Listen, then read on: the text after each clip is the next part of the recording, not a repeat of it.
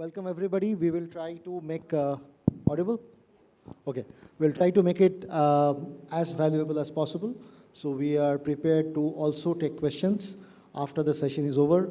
So you can write down after hearing from each of these stakeholders in terms of the expert, branding experts, each one bring on the table. So first I'll start with Rohit.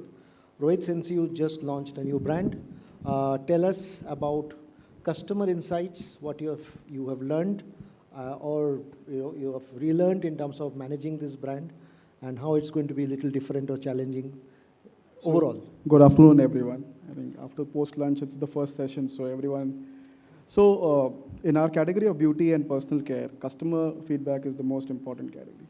So during the customer feedback, it helps us not only be adaptive to the new techniques which are there, but also be competitive enough to stay with because in our category, it's such a competitive category. So we have to have continuous customer interactions, feedbacks, and understand the customer journey, needs, know-how. And it helps us to shape up our narrative in terms of shaping up and providing good products, providing best marketing efforts to the consumers. And more, we kind of understand what the customer needs. So ultimately, we have to give, curate products. It's what customers liking for. So if you can share in terms of the insights which you're getting before you launched, or you created certain persona, or how you figure out this person is going to be different from similar category, that I think is going to be useful for all the marketers in the room.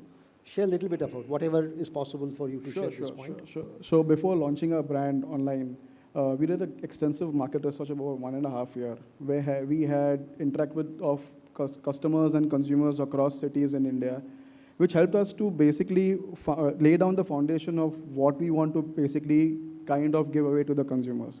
It is very easy to be a part of this category. We can, there are so many players offering so many things here, but we have then finally narrowed down to a concept called as age balance. That is only due to customer feedback. So the importance of customer feedback has been so effective for us that it has helped us to kind of coin the position for our brand. Okay, thank you. I think that's first part. Now to Parik.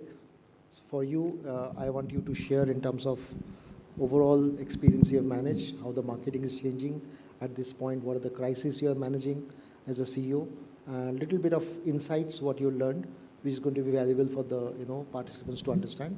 Overall, insights, how you're managing, because of advent of AI and things have changed a lot, behavior has changed a lot, consumption of content has changed a lot. In this scenario, how you see your brand or your company going ahead and facing it? Sure. Good afternoon, everyone. So we are a PR agency. So our primary job is to bring the brand to the media in organic perspective. Now, doing this is definitely a very tough task. Media is not wanting to write about any brand these days because everyone wants to route it through the advertorial route. So out here, first and the foremost thing is a very important, very strategic communication that we need to put in place. The peg has to be really strong. So because of so many advertorial mediums coming up, putting the brand in the editorial forum becomes extremely difficult. And to deal with it, our pegs have to be literally very strong. A second issue that we usually face is, okay, campaign is going great. We've been featured in the top 5, top A media. But the brand still feels that, they are not getting enough visibility. They feel that, nahi, kuch nahi ho raha hai, we're not getting sales. The typical question is, sales nahi ho raha, we spend so much money. You've got us in Times of India, you've got us in Business Standard, but, there's no sale. So here, what is missing is the new age media. It's very important as a publicist, when we are working on a campaign, the campaign strategy has to be a mix of new age media and the traditional media. And we've realized this is through our experience, through our research. So I'll give you a very simple example. Supposing, all of us out here are very savvy with Instagram. We are constantly scrolling. In fact, most of our purchases through social media. So say, for example, if I'm scrolling and I come across this outfit, say it's worth 20,000. Of course, it's a large sum of money to spend over an outfit, but I really like it. So as a consumer, because I'm really wanting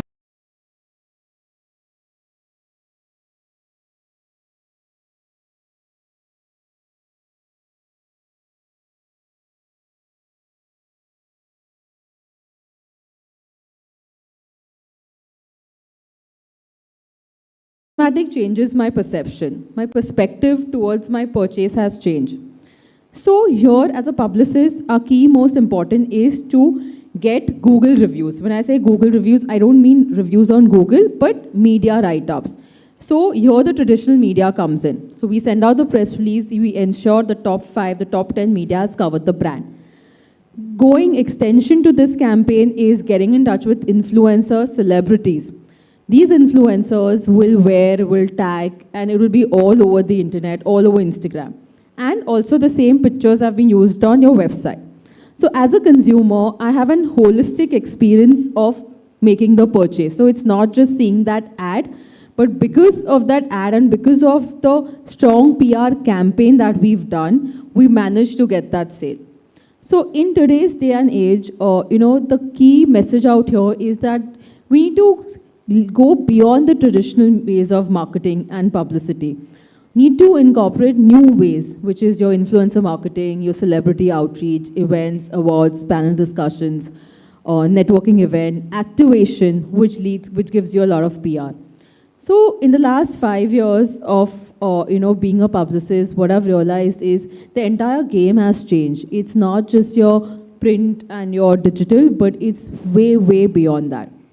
So typically these are the issues we face, and this is how we are dealing with the so-called crisis management when it comes to regulating PR exercise. So yeah. Do still brand owners look at PR as a little passive marketing channel, or they look at PR as a more active channel? In the sense, are they only looking at press releases and some interviews, or they really understand, or they map the brand equity, or the brand visibility, brand authenticity, or all those stuff? Do you guys, or do brand owners expect this thing from you, or you are educating them, or they're still in the old school thought that, okay, we need some PR every month, 10, 15 PR, and that's how we think a PR should work? Do they involve you into a marketing meet? Do they involve you into a sales meet? Do they educate you and your team member how the entire ecosystem and the distribution work?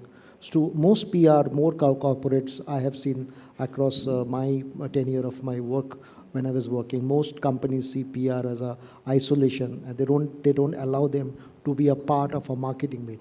So do you see the challenges are still there, or it has evolved, or they are understanding, all So the it stuff? has certainly evolved from there.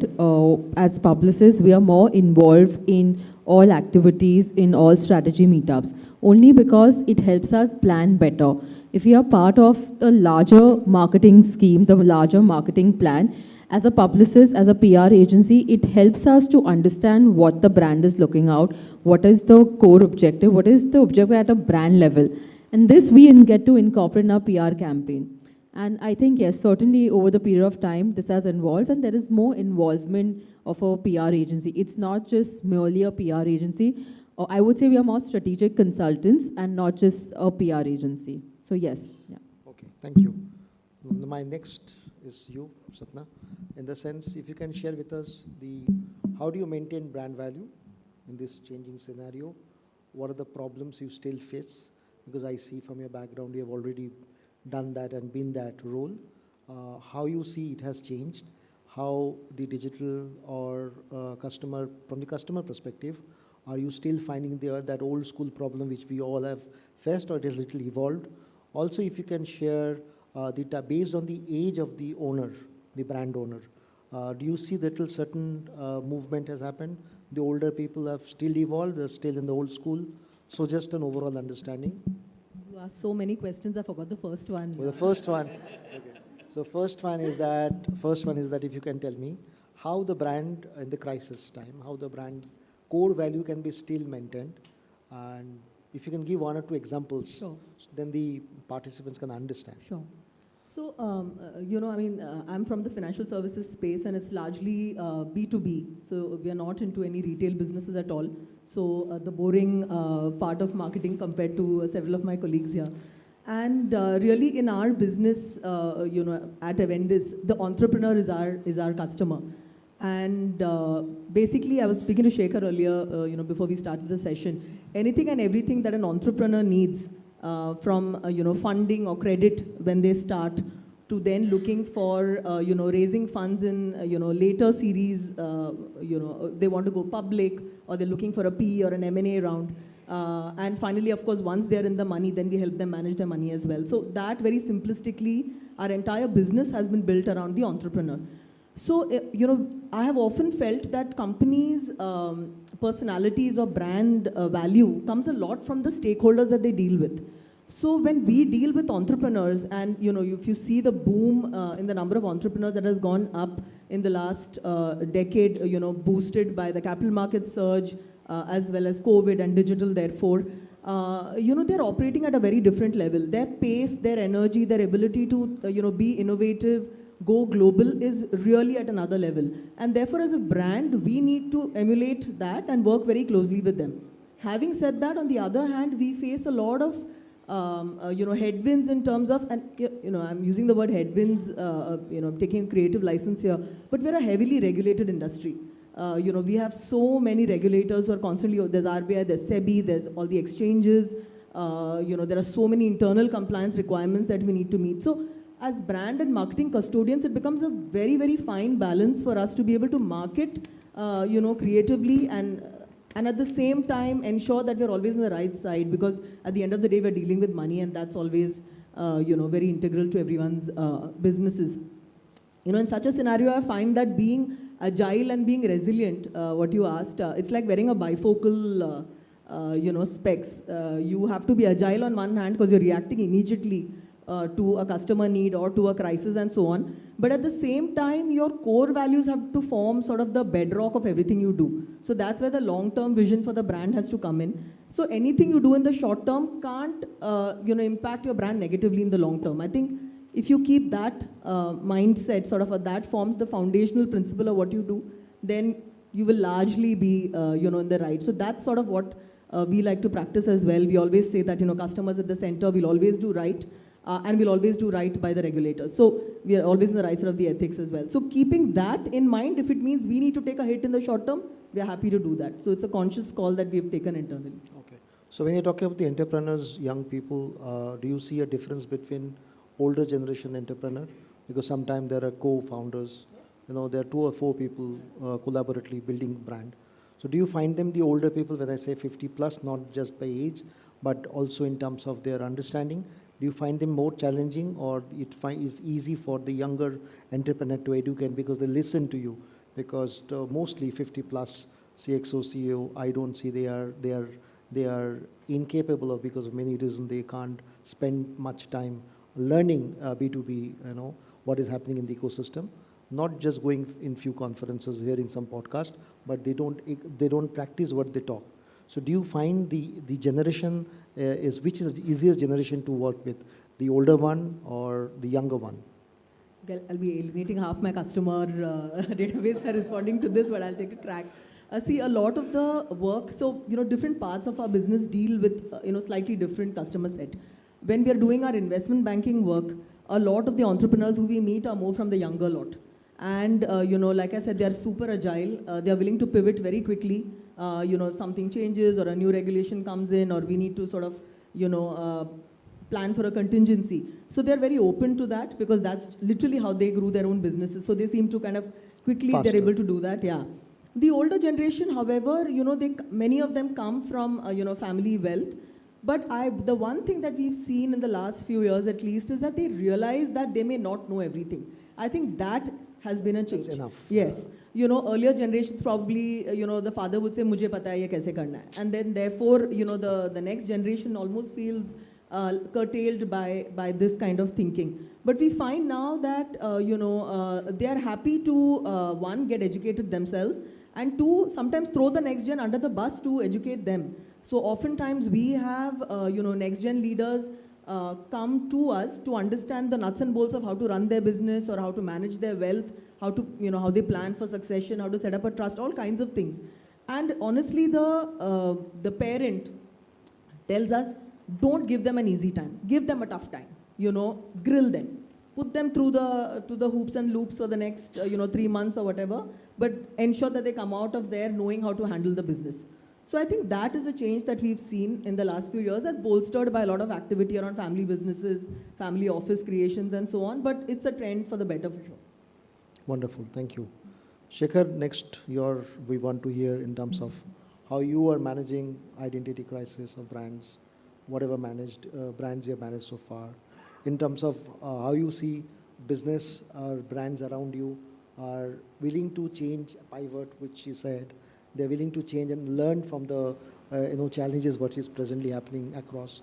How you see the people or the owners or the brand managers or marketing people, whoever you're working with, how they are accepting the change in the present scenario where too much of things happening. Digital is moving very fast, habits are changing, consumption has changed. So based on your experience of Nepal, I guess you're primarily working on that region, or you're also working? Yeah, so we can share, because we have no idea what is happening in that part of the world. Through you, would love to know. So you can share. Good afternoon, everyone. From our background, as a country, we have more of it's a trading market. So in terms of what happens is global crisis comes to Nepal, but Nepal crisis doesn't go to global. So what happens is with internet, with digital transformation, the customers are enlightened, they are developed, but the brands do not. So it becomes difficult in terms of meeting the right point. And the challenges is now if I have to talk of something I'll talk about an example of say when this Unilever Fair and Lovely changed into Glow and Lovely. I mean, there was a huge cry all over. But Nepal didn't have that issue of fairness. But we had to sustain that movement. So there was a global prescription which came this campaign has to be changed, so it has to change. But if you look at our perspective, it's nothing. I mean, in society, it doesn't make any sense, whether you are fair or thing. So that is one thing which I think. Another thing which I like, it's a trust which I think at the ground level, which a brand custodian or an agency or marketing manager should be given. What happens with the changes come very fast. The chain of command is too long. So if he or she can have that little, liberty, to place his trust or her trust to make the little change in the brand, I think that would make a lot of sense. I think the challenge here is defining that framework of trust. I think which I would see it. I see. Okay, now my last question to you. You can pick it up. Also tell us some insights which has made you change your strategy, whatever format, whatever you can share, I understand. It's a big brand. If there's certain thing you will not able to share, it's okay. Till the time, whatever portion you can share with us in terms of the learning perspective. What are the insights made you change certain strategy? Or in middle of a marketing campaign here too, you figure out something is going wrong or something, the marketing campaign may not work. If you can tell me if certain thing has happened, I don't know. That is one, in case it has happened, if you can share insight. Second is that how you see in your business, understanding consumer is very, very important. It's a very crowded, absolutely crowded market. Too many brands, too many big brands fighting for each other in terms of market share. How you are finding yourself stable, continuing, growing, consistency? What made you, see that, the clear vision or a straight light ahead of you? So just an overall understanding. Sure. So I manage customer insights at Max Life Insurance along with customer marketing. So, in my core day-to-day working, it's all about checking what is happening with the consumer. So much so that, every day almost, customers are getting called to give us a feedback of what is happening with the product, with the service. They interacted with one of our systems, and we, give them a call after that, how was the experience. So that is the level of engagement we do with our customers, especially at Max Life Insurance, wherein this telecalling feedback mechanism is taken. To your point, how it's changed and what did we learn from these kind of inciting? So, across functions, we do inciting for all the kind of functions we have, whether it's claims, across the journey, I would say, whether it's purchase, to policy servicing, to renewals, to maturity, to claims, and so entire journey. So we realize that, a lot of times, some tactical moves that we make for our function advancement, or it sometimes impacts the customer. So I'll give you a very recent example. For ensuring that the customer doesn't surrender so much, because there is always, in life insurance, there is always the product has sometimes not been understood. So we always ensure that the customer gets a human touch and the product is explained properly before he surrenders, okay? So to do that, we always had a branch office coming for the customer to surrender the policy. Now, in light of customer obsession and everything, it was a debate, in the boardroom per se, that, we have to ensure that the customer life is easier, convenient.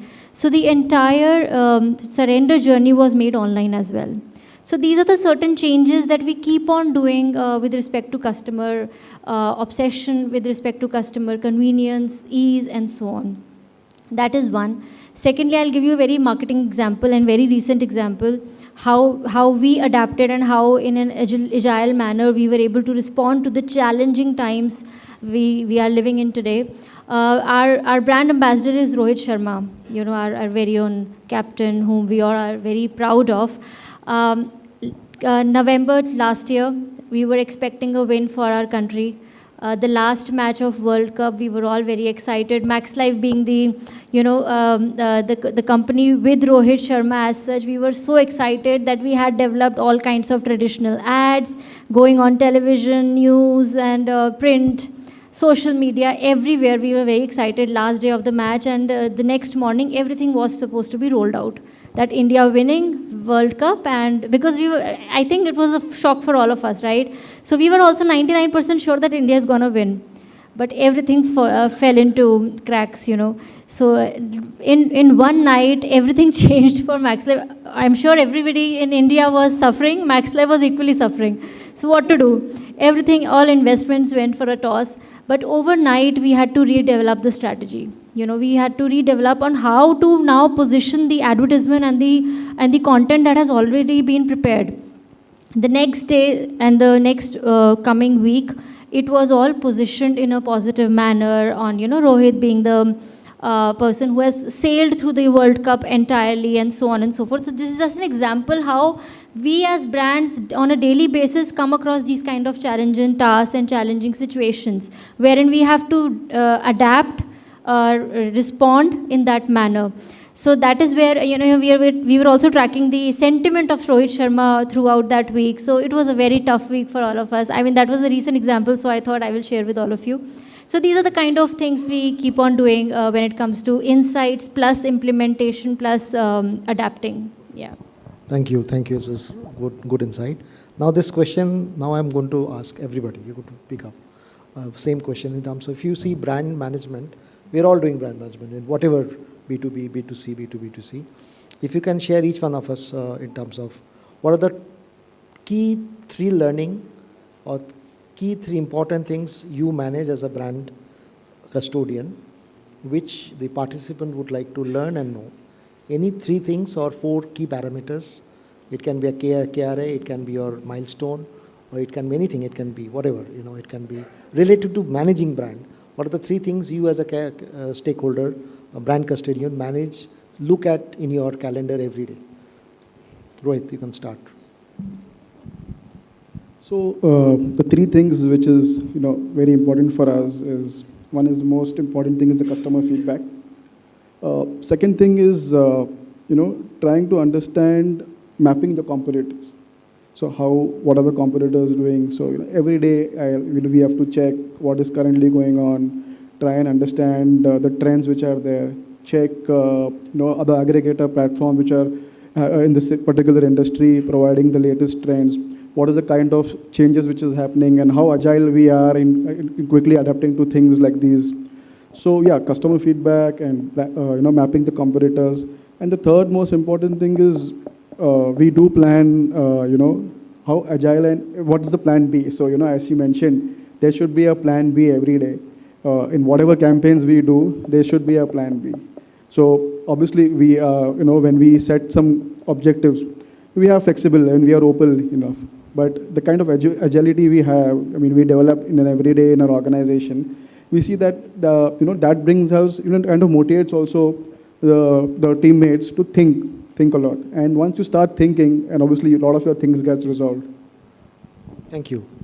Over to you. So for us, the three most... yeah, for you it will be a little different because Yes. you're not managing brand directly.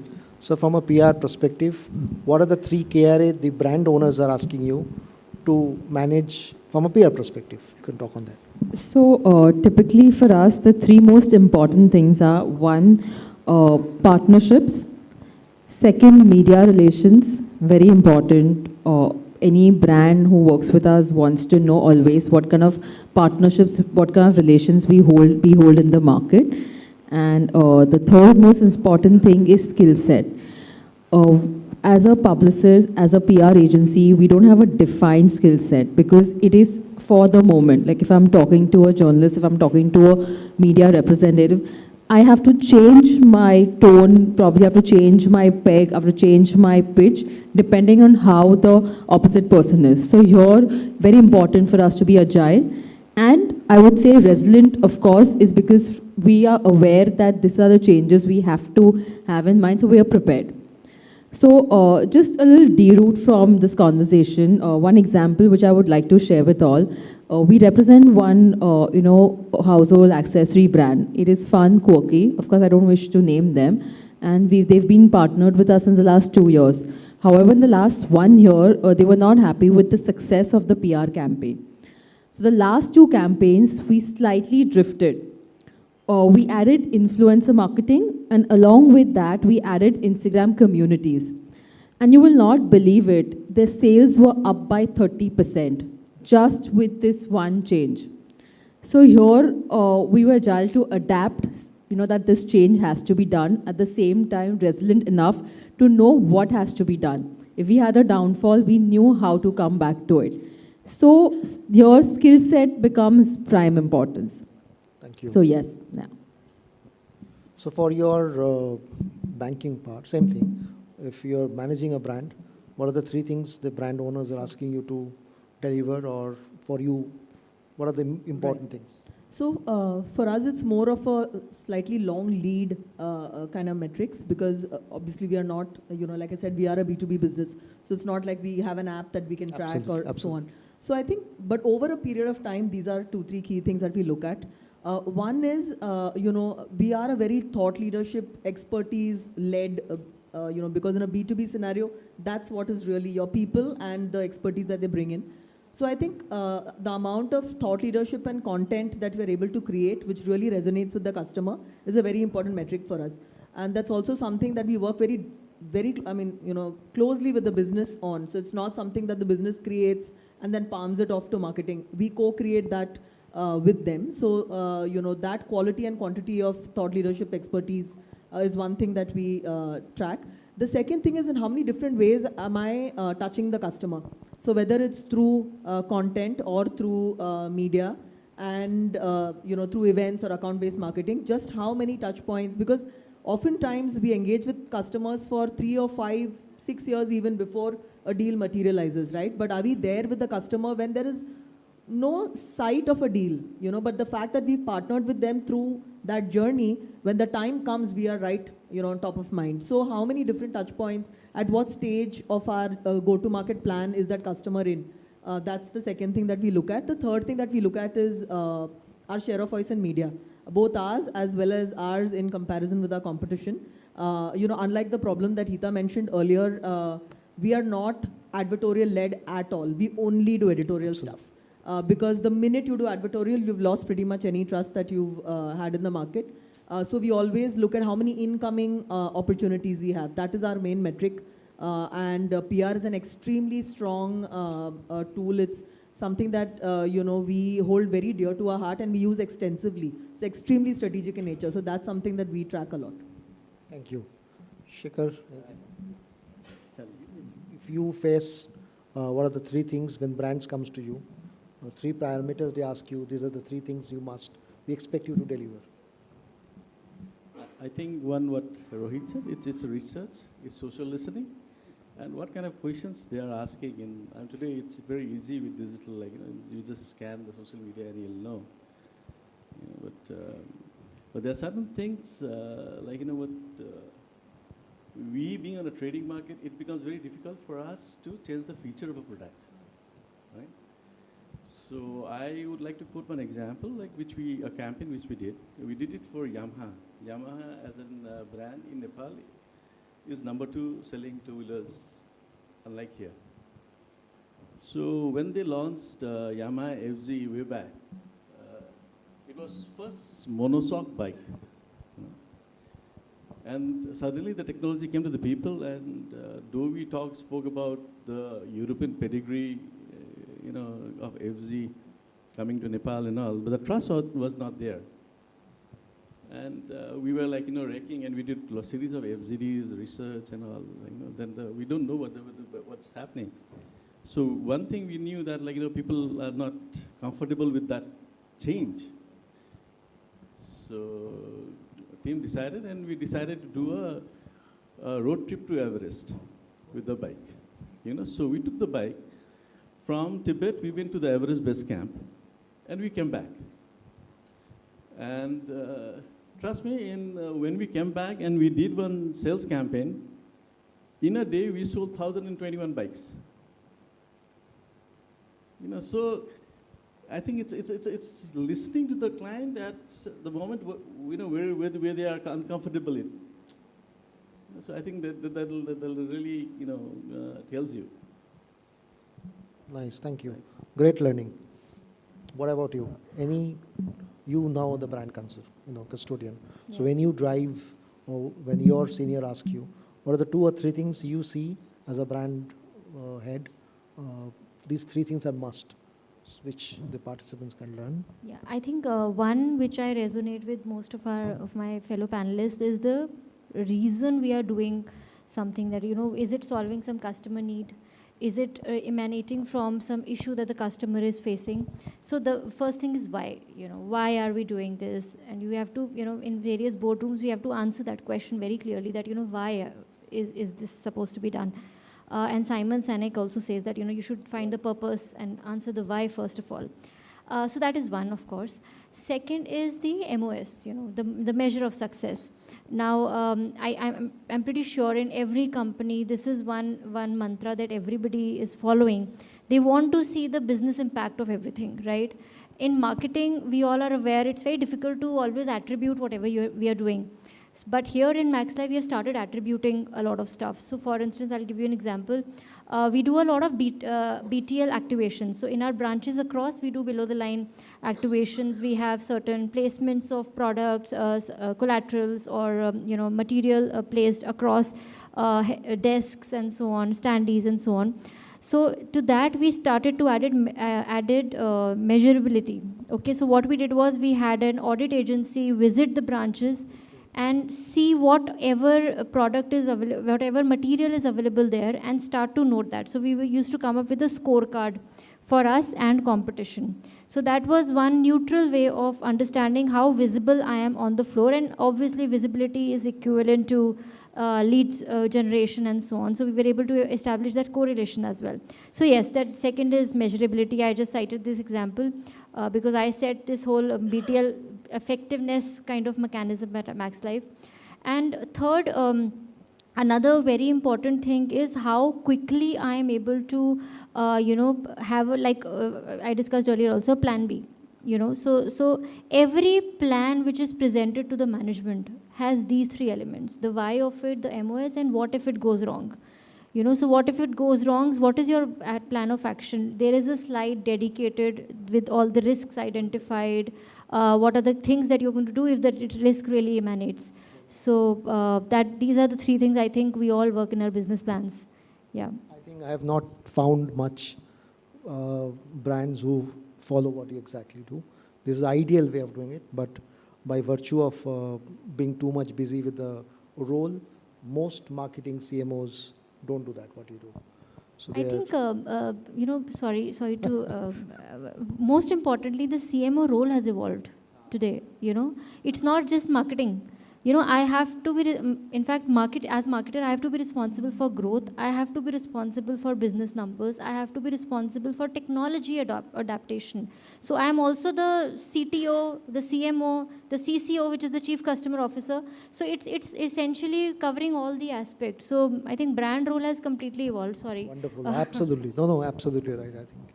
Good. In fact, we can take questions. I think all of us shared, I tried to get as much as knowledge possible from all my friends here. So if you have any question, you can raise hands. Mic goes to you. You can ask any of us individually or to the group. We are happy to answer. Any question? Yeah.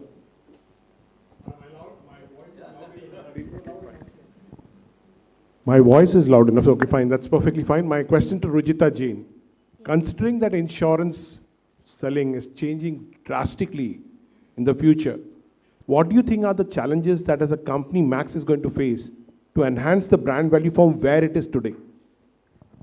Sure, I think it's again a question that we find answers to in our daily conversations at Max Life. Yeah, consumer is changing. Knowledge as such is it's not that it is not available to the consumer. Everything is available. You search on the internet, you'll get everything. You'll get a comparison. You go to Policy Bazaar, you can evaluate everything. The challenge that we have now is to ensure that the consumer starts buying insurance as a pull product. Okay, so that is where we are now evolving ourselves from a push product to a pull product. Not having him sell the product, but having him buy the product. So that is where across our conversation starters, which is more like a pitch to the customer, across our sellers, we have more like a storytelling that, linked it with the data. We have certain proprietary researches that we do at Max Life, which is, if you go online, you will find India Protection Quotient. You will see India Retirement Index Survey, wherein we assess how protected Indians are. We use those data points and feed into our sellers so that they can project those data points and have the customer a reason to believe on why they should buy insurance. So that is one. Second, we have also evolved our sellers to be more like an advisor. Now, like I said, it doesn't have to be sold, it has to be now bought. So we have transformed, we nowhere call our Max Life sellers as sellers, we call them as advisors, so financial advisors. So we have changed that nomenclature across just to establish the fact that we are not here to ensure that I somehow sell the policy to you, but I tell you why it is important in your current life stage, and that's how I sell the policy. I make you buy the policy. So these are the two things that we have adopted, but yes, it's very challenging. Sometimes it is also, there is a resistance from the sellers. We have them adopt a lot of digital apps to keep them updated, provide them AI technology and so on. But again, there is a lot of resistance because these sellers are also that traditional mindset sellers who are not so savvy with the digital technology and so on. So that's another challenge that we face, which we are again sailing through training and so on. Yeah. Any more questions?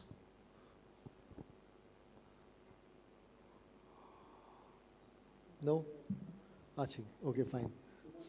Too much of either we have bored you a lot, or you just want to get, Anyway, I think thank you so much. We are almost right, absolutely on time. Is it fine? We can close it? Fine. So thank you so much. We are still here. If you want any question to be asked one-on-one, I think all of us are here. We are happy to answer. And thank you so much for a patient hearing. I hope it has add value to your life. Thank you so much. Bye. I think see you around.